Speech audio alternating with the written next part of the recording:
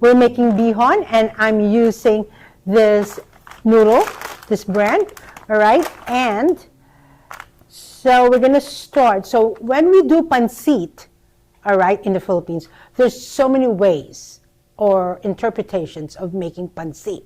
And pancit is called noodle, all right? So we Filipinos, we love a lot of noodles.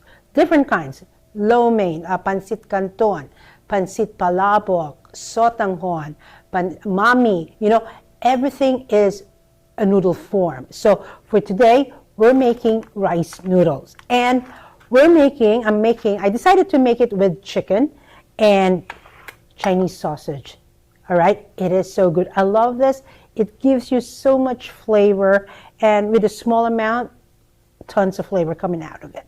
All right, I'm gonna also teach you some techniques or tricks in making and slicing your vegetables. All right, so first thing first, all right, so let me share with you.